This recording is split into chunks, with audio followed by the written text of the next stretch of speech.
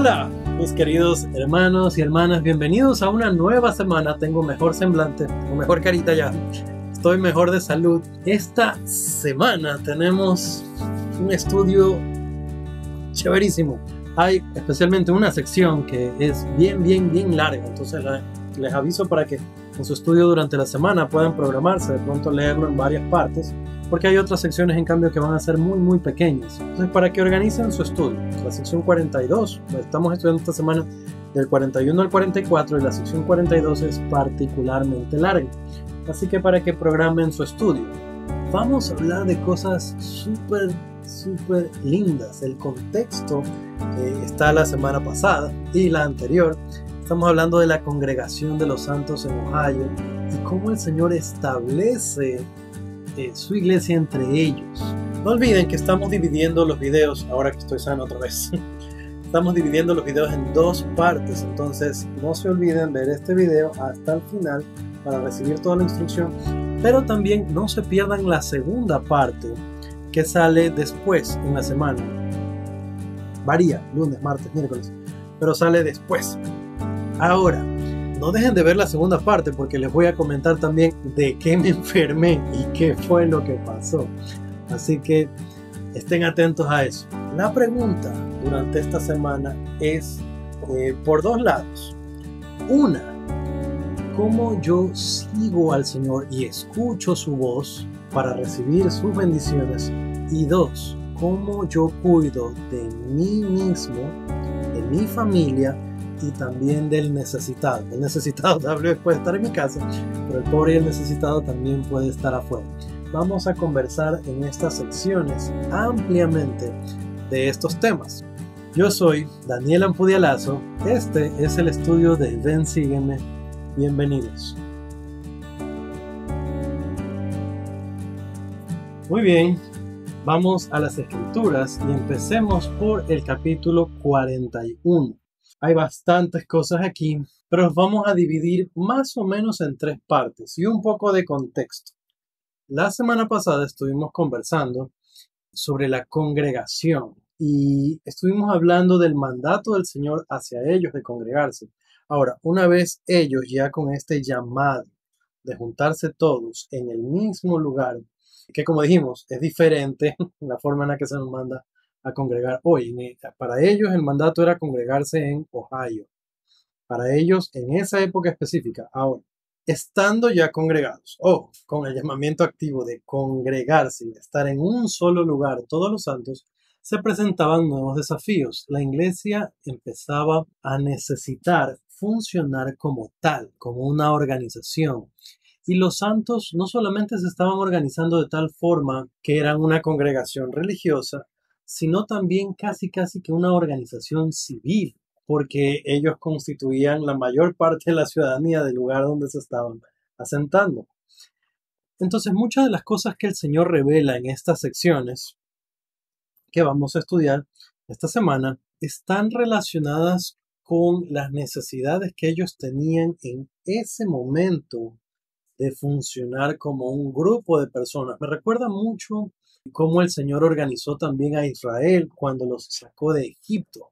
Las necesidades de ellos eran distintas. La organización necesitaba adaptarse. Ellos necesitaban leyes bajo las que ellos puedan funcionar, normas claras de convivencia. Entonces vamos a ver varias de esas cosas en estas secciones. Y como les decía, empezando por la sección 41, una buena recomendación que hace el manual de estudio individual y familiar de Ven Sígueme es que nos aseguremos de leer los encabezados de cada sección, porque nos ayudan a entender mejor el contexto específico de cada una. Así que les recomendaría que en casa lo hagan así. Conmigo vamos al versículo 1 de la sección 41 y dice: Escuchad y dad oído, oh pueblo mío, dice el Señor y vuestro Dios, vosotros que me oís, y a quienes me deleito en bendecir con la mayor de todas las bendiciones. Y a vosotros que habéis profesado mi nombre y no me oís, os maldeciré con la más grave de todas las maldiciones. Entonces empezamos el estudio y empieza fuerte. Empezamos con una bendición para los que cumplen, una maldición para los que no. Y este llamado de atención ya para nosotros debe ser familiar. Muchas de las secciones de doctrina y convenios empiezan así, con el Señor diciendo: yo soy Jesucristo, hagan caso de lo que voy a decir, por favor pongan atención. Y esta empieza más o menos así. Ahora, aquí se divide en dos grupos de personas para estas bendiciones. Recordemos, toda ben- eh, bendición está basada sobre la obediencia a una ley. Nosotros obedecemos un mandamiento, recibimos la bendición sobre la que se basa eh, esa ley. Entonces, aquí vemos una división. Ambos grupos se supone que profesan el nombre de Dios. Un grupo dice que sí lo escucha y el otro: no me oís, dice. Y la diferencia es bendición para el uno y maldición para el otro. Ahora, fíjense, no está hablando a todo el mundo, está dirigiéndose a los santos específicamente. Entonces estamos hablando que se está refiriendo a los miembros de la iglesia. Nosotros debemos entender lo que no está hablando en el mundo, sino específicamente a nosotros como miembros de la iglesia. Hay los que oyen y hay los que no lo oyen. Y hay una gran bendición y una maldición. Y la maldición dice la más grave de todas las maldiciones. Nos sale mejor escuchar.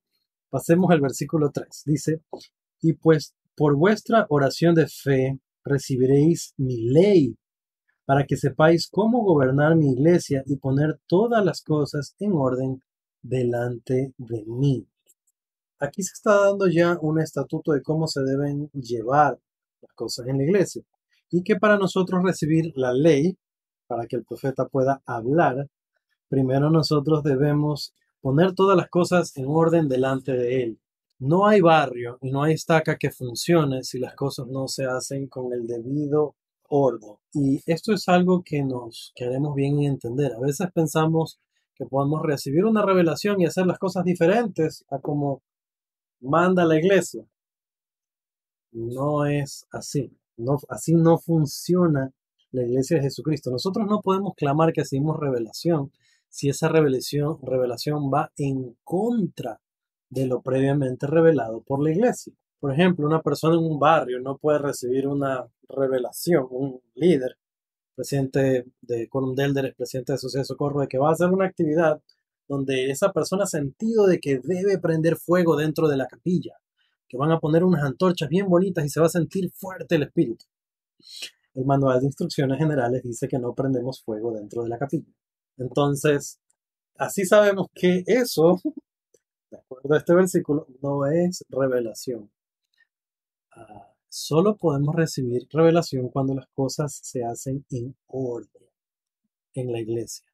Vamos al versículo 7 y como les dije, aquí vamos a ver una serie de instrucciones para este pueblo que está congregado físicamente en un sitio, en un sector, Ohio, como lo hablamos. Aquí empieza a aparecer el orden de la iglesia. Leamos. Y además conviene que se le edifique a mi siervo José Smith, hijo, una casa en donde vivir y traducir. Muy bien, aquí es donde hay algunas cosas que pueden empezar a ser confusas para algunos miembros de la iglesia. A veces malinterpretamos mucha de la doctrina que se enseña en estos versículos y secciones, malentendiendo el orden de la iglesia, entendiendo mal que muchos de estos mandamientos se dieron específicamente para las circunstancias que ellos vivieron. Ahora, en el caso de esto, lo lindo es que empezamos a entender cómo se sostienen a las autoridades generales. Cuando hablamos de personas que consagran su vida por completo al servicio de la iglesia, estas personas viven de lo que los santos aportan a la iglesia, porque es la obra de Dios. De esta manera, así como a José Smith se le debía edificar una casa, de la misma manera la iglesia ofrece habitación para las autoridades generales. Estamos pensando en la primera presidencia, el Quórum de los 12, presidentes de misión, 70, etc. Entonces, de esta manera, No hay, en este caso específico todavía no vemos una diferencia, pero vemos el comienzo.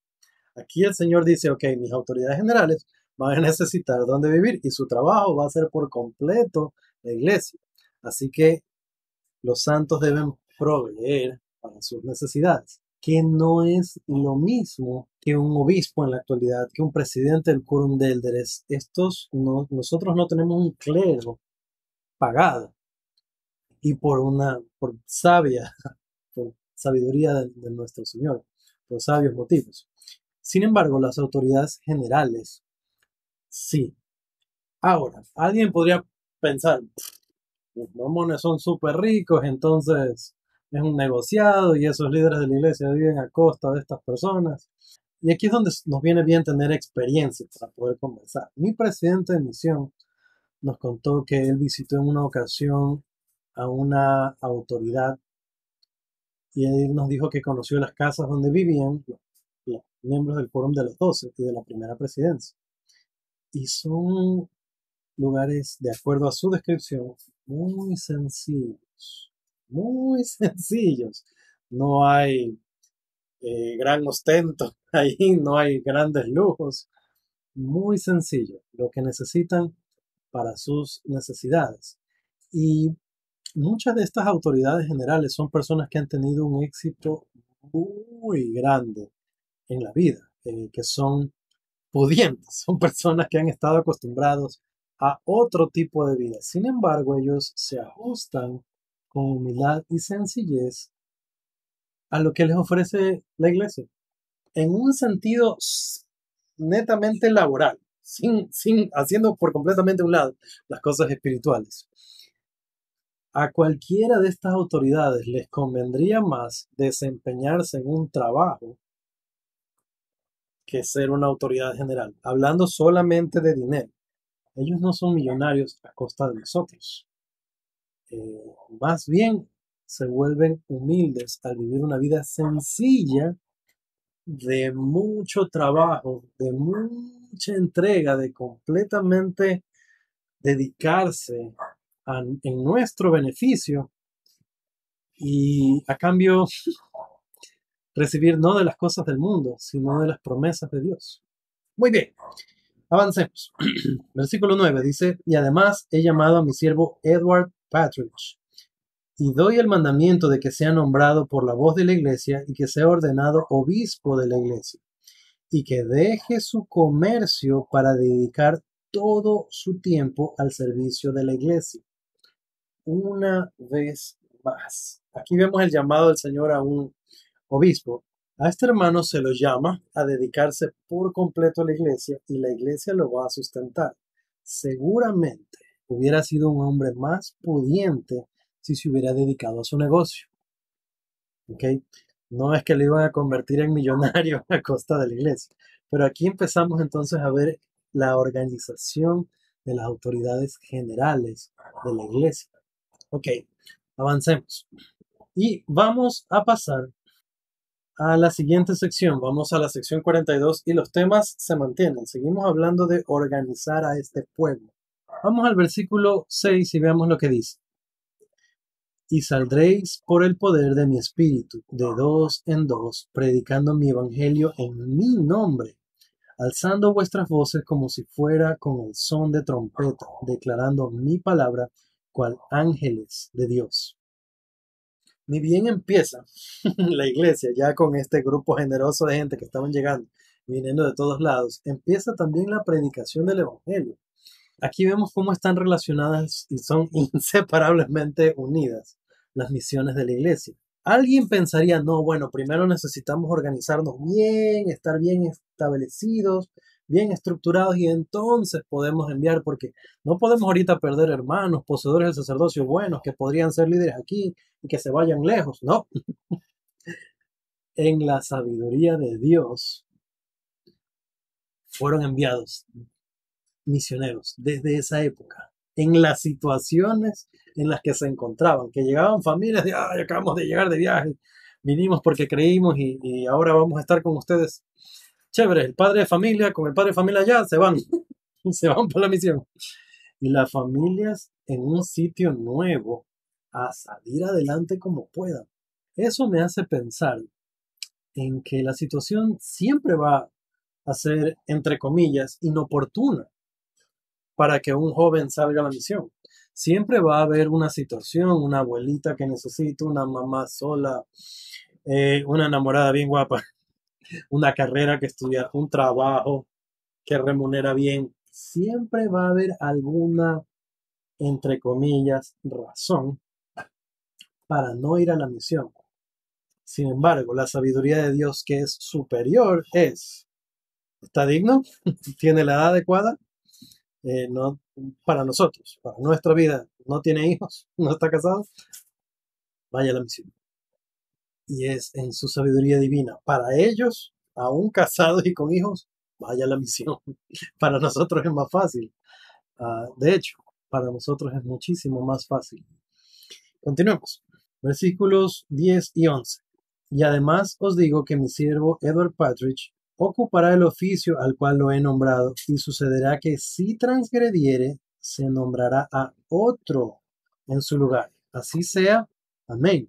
Asimismo, os digo que a ninguno le será permitido salir a predicar mi evangelio, ni predicar mi iglesia, a menos que sea ordenado por alguien que tenga autoridad, y sepa la iglesia que tiene autoridad y que ha sido debidamente ordenado por las autoridades de la iglesia. Aquí vemos cómo se enfatiza el orden de la iglesia. Y en primer lugar, se habló otra vez de Edward Partridge y se dice, él va a funcionar en el llamamiento que yo le da. Y si transgrediere, chao, y pongo a otra persona. ¿Qué cosa estamos notando aquí? En la organización de la iglesia, uno no es dueño del sacerdocio. Uno no es dueño de la autoridad, ni de la posición, ni del llamamiento, nada. El Señor nos pone ahí y mientras estemos bien, ahí estamos. Y si a Él le parece bien quitarnos de ese lugar y ponernos en otro, la iglesia es suya, no nuestra. Entonces, si yo no permanezco bien, si transgrediere, entonces soy quitado. De esa forma, el Señor impide la superchería sacerdotal dentro de su iglesia. Una persona no puede permanecer en su llamamiento si transgrediere. Entonces es retirado. Y ya, la iglesia no es de esa persona. Asimismo, si se va a ordenar a alguien, la iglesia debe saber. Todo se hace en orden. Debe hacer por alguien que tiene la autoridad y la iglesia debe conocerlo. Entonces, aquí vemos cómo el Señor va protegiendo la integridad de su iglesia. No hay tal cosa de que yo tenía la autoridad y aquí en secreto lo bauticé o lo ordené. Resulta que él tiene tal llamamiento. No. Toda la iglesia debe saberlo y la persona que lo hace tiene que tener la autoridad. Dos cosas juntas y el Señor protege así su iglesia. Vamos al 14. Seguimos con las instrucciones. Y se os dará el Espíritu por la oración de fe. Y si no recibís el Espíritu, no enseñaréis. Esto de aquí es bien conocido, este versículo, por maestros en todo el mundo. Y lo podemos tomar de una de dos maneras. Una, si no, en primer lugar, ¿cómo recibo el Espíritu? Por la oración de fe. ¿Cómo podemos analizarlo? Se os dará el Espíritu por la oración de fe. Todo maestro debe entender que es un requisito para nosotros orar con fe. En orden, para lograr obtener el Espíritu. Ahora, lo siguiente dice, si no recibe el Espíritu, no enseña. Y nosotros podríamos tomar esto como, ¿sabe qué, obispo? Hoy día no recibí el Espíritu, así que busca a alguien más para que dé la clase. Eso no sería muy responsable. Entonces, mi responsabilidad como maestro, como líder, es la obligación que tengo de recibir el Espíritu.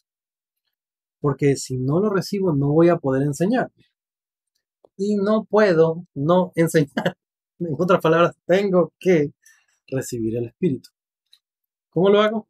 Por la oración de fe. Mi requisito como líder, como maestro, como padre, como esposo, es siempre orar con fe para tener el Espíritu. Y recuerden, pues, lo que siempre les digo, nosotros estamos hablando de la organización de la iglesia una vez que ya se los llamó a congregarse en un lugar específico y cómo iban a funcionar. Más o menos como el antiguo Israel. Ah, nosotros deberíamos entender estas cosas y saber cómo aplicarlas, no solo dentro de la organización de la iglesia, sino en nuestra familia. Ok, en mi familia debe haber normas claras que protejan a la familia. Y una de esas es que papá y mamá necesitamos, esposo, esposa, necesitamos orar con fe para recibir el Espíritu, para enseñar. Y nunca sabemos cuál va a ser el momento en el que tenemos que enseñar. Va a haber momentos obvios, lógicos, como cuando estamos leyendo las escrituras en familia, o durante la noche de hogar, o si estamos preparando a un hijo para ser bautizado, recibir el sacerdocio. Pero también van a haber momentos que simplemente aparezcan.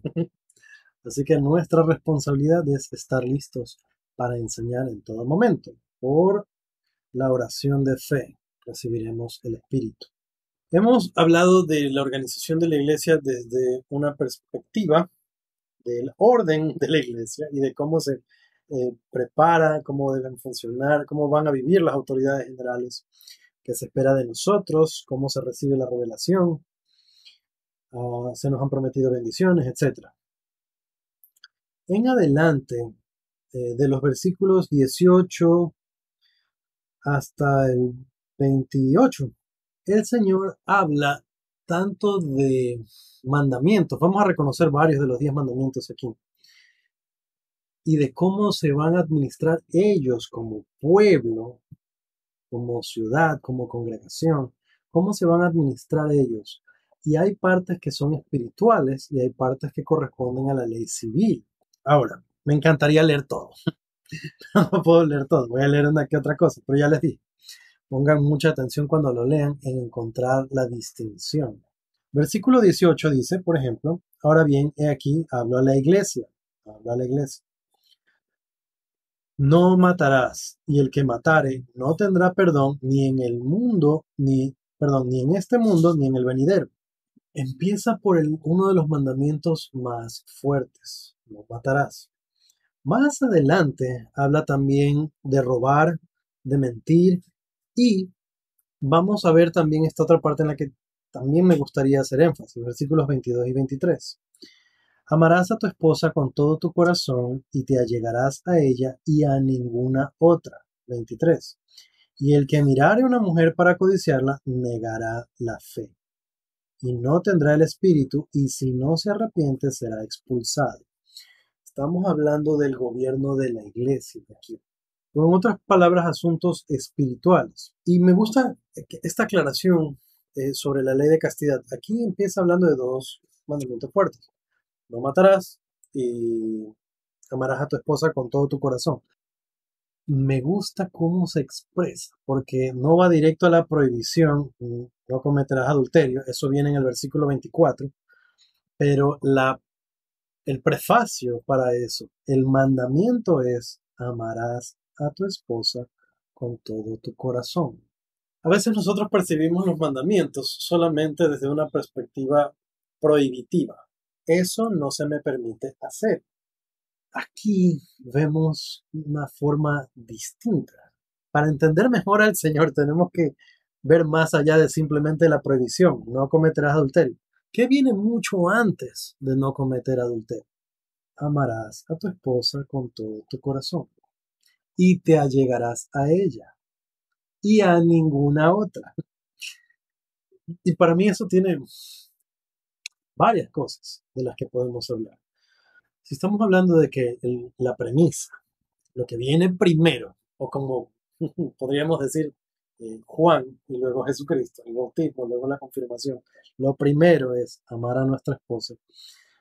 Pensemos qué es todo lo que involucra ese mandamiento.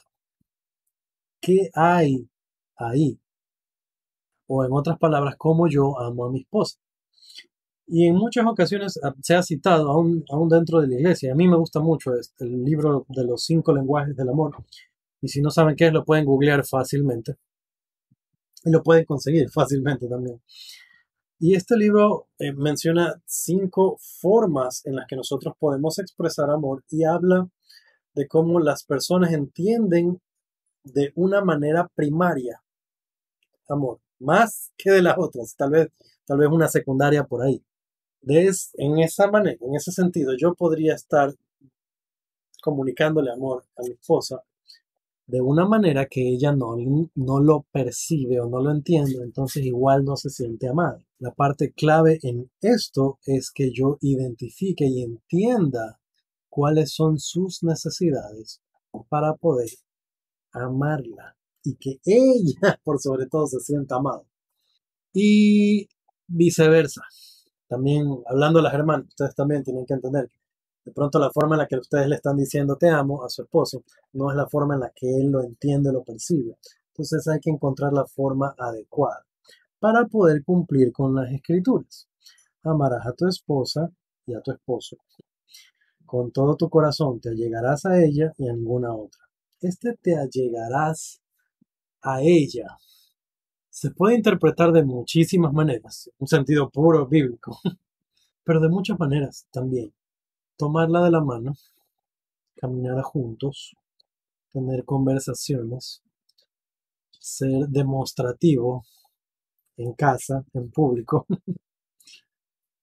Yo entiendo todas estas cosas como allegarse a ella. Cuando uno ve autoridades generales, y esto es algo que yo recuerdo de una conferencia eh, destaca que tuvimos hace algunos años en la que se vinieron autoridades a cambiar la presidencia de estaca, a llamar a una nueva presidencia de estaca. Yo recuerdo que muchos observaron en esa ocasión cómo esta autoridad ayudaba a su esposa a bajar del carro, caminaba junto con ella y la acompañaba.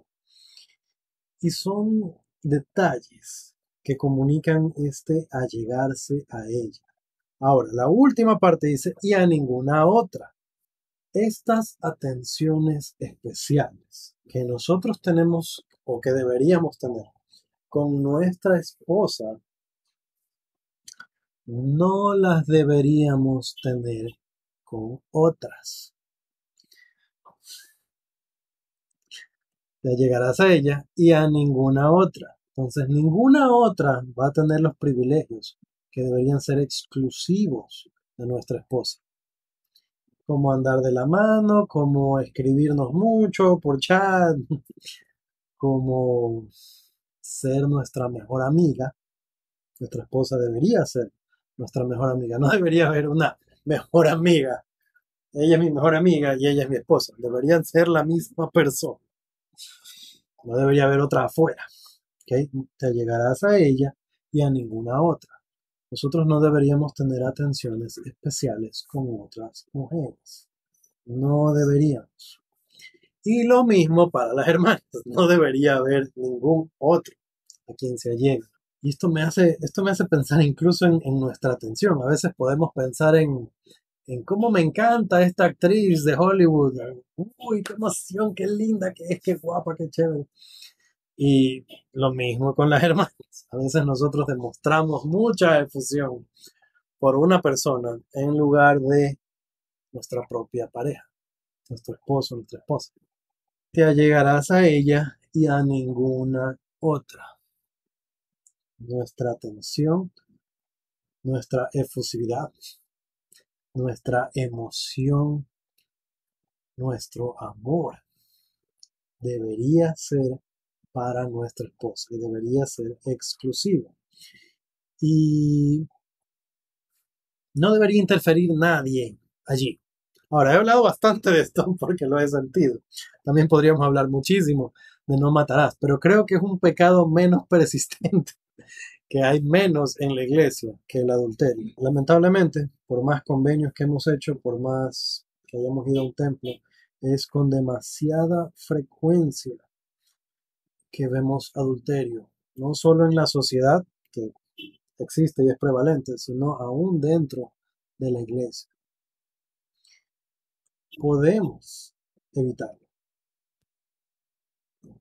Es nuestra decisión hacerlo. Deberíamos hacerlo.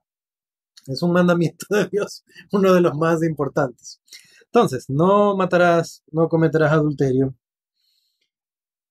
El 25 dice algo que me gusta mucho. Mas el que haya cometido adulterio y se arrepienta de todo corazón y lo deseche y no lo haga más, lo has de perdonar.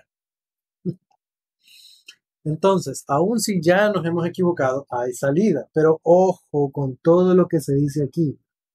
Se arrepiente de todo corazón, lo desecha, no lo hace más.